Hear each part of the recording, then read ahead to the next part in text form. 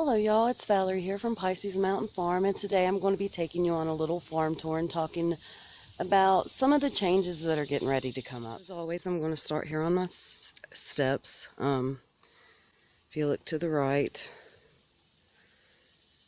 this is an unfinished patio area. We're going to continue to put the wood coins, and then we're going to fill in with sawdust. We will end up coming down from this direction. We're going to start here like always. This bed is a bunch of annuals that are, some just now starting to take off, and some are dying back. What stands out to me here are these toothache plants and the ragweed right in the middle.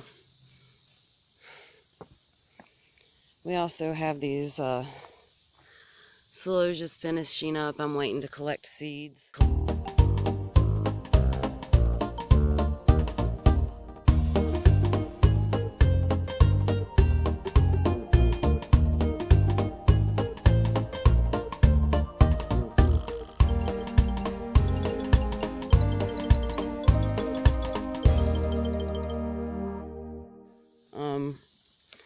This bed over here, we're starting to take this tree down, the background, and this limb landed partially over here. We also have my beans here, and I just picked a bunch, so there's probably nothing to see. These are the pink potted beans, the royal burgundy beans, and the red bush beans. I think I'm to the point now where I'm just going to let them flower and save the seeds for next year. I probably won't be eating off those. My peppers are just now starting to bush and get tall and produce peppers. I mean, I've gotten a few off of them. They're just getting started late, so I don't know how much harvest we'll actually get off of them. Some just pretty things growing up. We've got a combination. Well, these are Kentucky Wonder pole beans. And this is a hyacinth bean, which I don't eat. I just put it there to be pretty. This stuff will have to become, this stuff is my strawberries. I'm getting a second flush. Just everything's kind of done for the season or overgrown with weeds. Or just ready to be pulled out. But like I said, we're getting ready to take this tree down. I will show you here in a second, but it is rotted. Here's a mulberry tree that we do not have a pollinator for, so it's never produced fruit. But if you can see this right here, that spot is rotting out. And if you take a stick, you can poke it, like this hole right there goes pretty far back. So we need to bring this down. But another reason we're bringing it down is because I got a small hobby greenhouse that I'm going to put in that front area. This area here, I'll pop it up on the screen. I don't know why I didn't talk about it while I was up there. So, this is a mess because it's where I've got a bunch of my jugs. See, but we planted, I'll have to go because this limb's in the way. We planted those hostas over here because the bed we had them in, as you can see, the deer ate the ones that were over there. The ones that are nice and full are the ones we had around our house that were in pots, so the deer didn't get them. We just came from over here, and now we're going to go over here. I do want to show you this. I cleaned up this area, or at least I organized it better. I'll try to pop a picture in here of what it kind of looked like before. This is where we're using what we basically are using for storage. The high tunnel, we're getting ready to start on that. That's what I'll say for now. I'll talk about it when we go up to the field. We just got this compost bin here someone gave to us, along with these two other compost bins, so that's exciting. Those two barrels are filled with wood chips, sawdust. Let me see if I can get over here.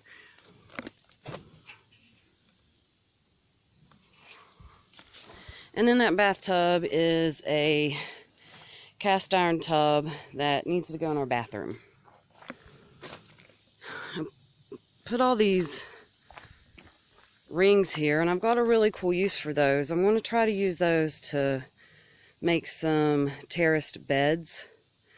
And if I do, I will, of course, bring you along for that. So now, we're going to go down to that area. I'm ready to take you to this bottom area down here. And this is going to be going through quite a bit of change. I mean, it already has. But I built these structures this spring. So, this is going to change somewhat because the light pattern is going to be different. I'm sorry if I'm stuttering or losing my train. I put this in. This is just bark and sawdust. I did it in the wrong order. I should have put the sawdust down first and then put the wood bark on top.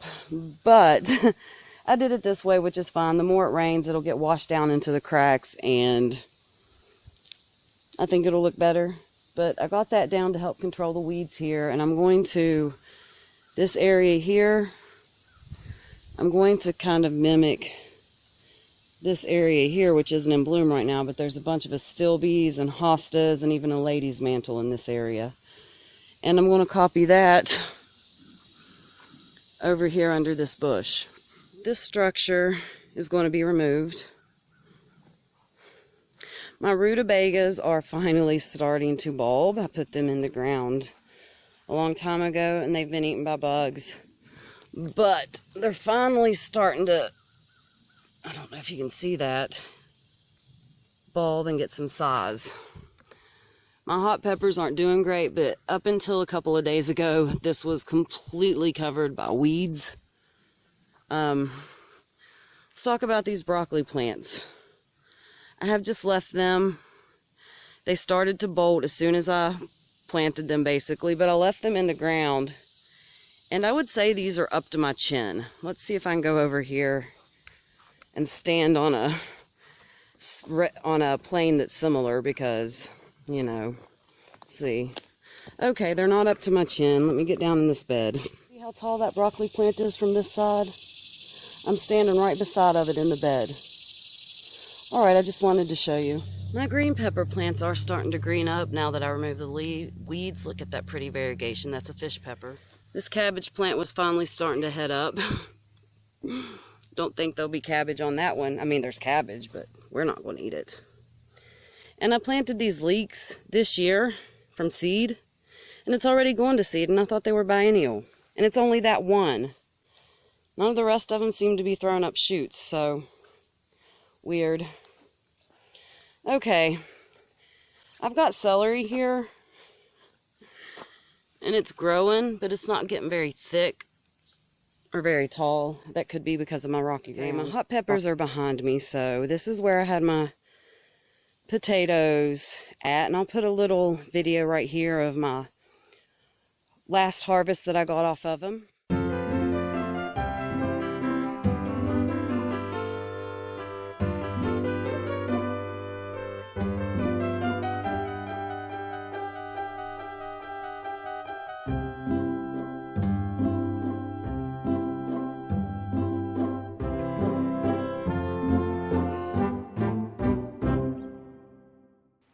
Alright, that's the potatoes I got from that potato harvest. I'm not sure how many's there, but there were only a few plants left in there, and I'd say that's pretty good. Okay, what I did is after I pulled those up, I just put some peas in the ground. Maybe we'll get a fall crop. If not, we'll just mulch over them, and it'll provide some nitrogen to our soil. I've got these little hot peppers over here. See, this is how my whole my whole garden was, but also intermixed with taller weeds. This is one of the first times I've gotten sunflowers because my deer eat them every year. So we put them down here, and we have noticed that the deer don't seem to bother these beds as much. Let's see this little one that's fallen over. It's almost done, but it's a pretty color. There's another one that's fallen over that's really pretty. Let's see. That's my mailman going by. So it was a pretty decent mix. And right now, I think I'm going to show you this bed. I'm going to give you a little video of what it looked like before. I'm going to put it in here, and you'll see this is the way the weeds were, even on my pepper bed, this pepper bed here. The weeds were comparable as they are in this video I'm about ready to put in.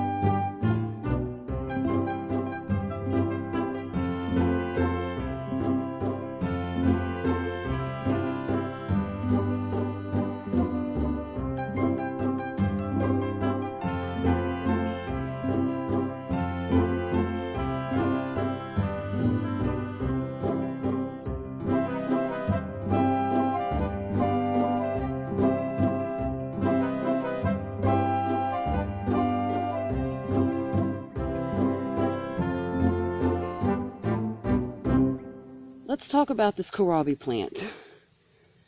This is a kohlrabi that I put in the fall of 2020. Well, actually, I started growing it in about the end of June of 2020. I put it in the ground in the fall of 2020, and because of the soil we used, it stunted the plant. And it just grew very, very slowly. I had it out here all winter uncovered in the snow. And this spring, once the days got long enough, it started growing again. Well, of course, because our springs got hot so quickly, it bolted. Well, when it started to bolt, I pulled the flower stalk off of it and just left it. And it's still growing, so what I think I'm going to do is just leave it over this winter, see if it survives, and just see how long this kohlrabi plant decides it wants to grow. Picture here has a couple of pole beans. I think I would have had, I ripped some of them up when I was weeding, but I think I would have had more had I kept it weeded better. But that's where my garlic was. We're taking that structure down completely, and the garlic's already been pulled. This whole area has to be reconfigured. Once I'm able to figure out my light pattern for this field, once the tree's down, I think though, and this could change, I think next year I am going to do sunflowers down here, a whole bunch, because the sunflowers, unless they're right by my house, usually don't last. They get mowed down, and I'll show you an example of that later. Okay, we're going to walk down this way between the pine trees and see where the light starts to shine. We're going up in the field that way. Just wanted to come on here and show you the direction. I'm sure you don't need to walk with me. I'm just going between the pine trees. There's not a lot going on up here. Most things have faded. I want to reconfigure a lot, but I'll show you where I'm at. I've had 3 roses survive, either due to weed eater damage or just pest damage. And then this one right there just never grew. Those 2 are surviving after getting eaten. This one is surviving after getting eaten. And one of these 2 here, one in the very front and the one in the very back, had growth. I'm not sure that it still does. As you walk up this way, have a banana tree and a banana tree, which will eventually kind of make a little walkway. All my glads and crocosmias, honestly, for the most part, they're done for the year. But we'll show you what's, and of course, just weeds. A lot of these have gotten water damage. This right here was a little wildflower patch, but it wasn't seeded very thickly, so there was more weeds. But we did leave that one little Rutabaga. Down this way, we've got some melons and pumpkins planted. I got them in late. They're flowering and blooming. I don't know if I'll get fruit. These triangle beds have been in bloom. Different things. Some scabiosas. I'm just letting most of this stuff go to seed to collect the seeds. Like this was a calendula that I'm letting go to seed. Some straw flowers. It's been raining. I'm trying to do this tour and beat Hurricane Fred. He's going to be making, I know I live in West Virginia, but we are in the path of hurricanes sometime, even though we're landlocked. And it's getting ready to make its way over West Virginia this afternoon. So I'm trying to get this filmed. It's raining right now. These little asters are so beautiful. This one's not as full as maybe it should be, but it's still very pretty. And I have this little one right here. I will pop a picture of what it looked like in bloom. It was gorgeous. But I'm just going to let all this go to seed. Collect seeds. I mean, everything's just kind of fading. I have amaranth right there that the deer keep eating. But let me show you this bed. This is a new bed that I put in. This is where I put most of those perennials. And you can kind of see it, this area here. We've still got to surround it and weed. But I laid it out. Hopefully it looks good when it grows in. Mapped it out is what I meant by laid it out. Here's some white guara. At least that's how I pronounce it. I've got some snapdragons getting ready to set off some fall blooms. There's just random stuff in here, and I honestly don't remember what's all in here. I needed a place to plant a bunch of seedlings, and they got put in here. Just saving seeds. I just wanted to show you this flower. It's about spent. This was $1 at Lowe's. It's a salvage. All right, I'm getting rained on, so I'm going to try to get this done before it gets too heavy. Okay, I've got these flower beds that are just hanging out doing their thing. But this up here is what I really want to talk about. Every single tomato plant I have, and I'm not exaggerating, I will show you examples. Oh, these ones are starting to grow back, so they're not as obvious.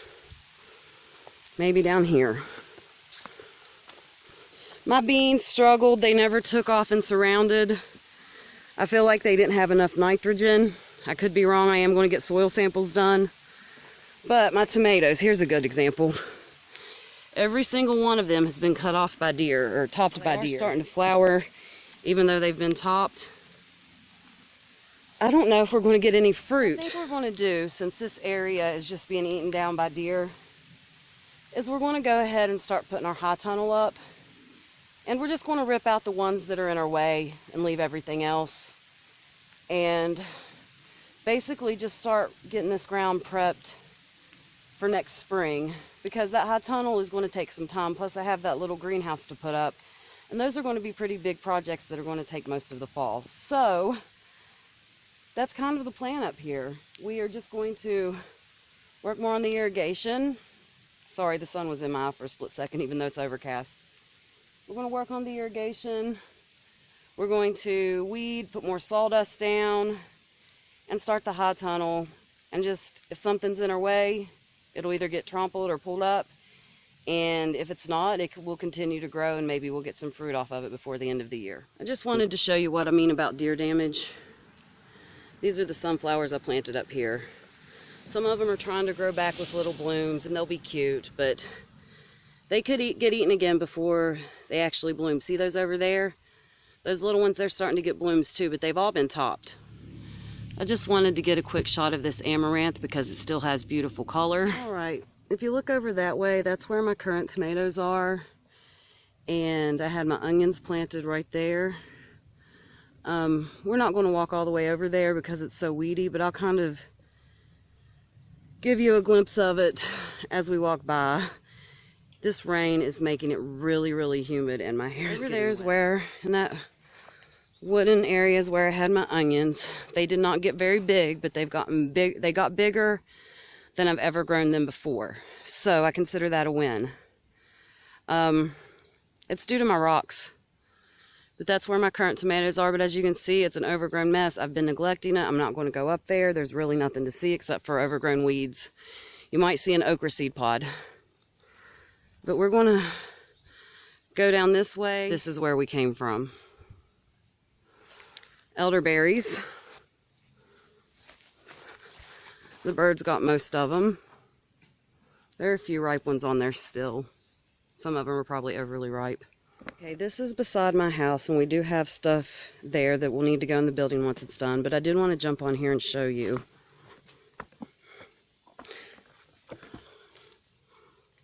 A Lisianthus is getting ready to flower. The only one that survived out of all the ones I tried to plant. I started several successions of them, and this is literally the only one to survive. And it's getting ready to bloom. I've never seen one in bloom in real life, and I've never been able to get them to germinate, let alone grow them.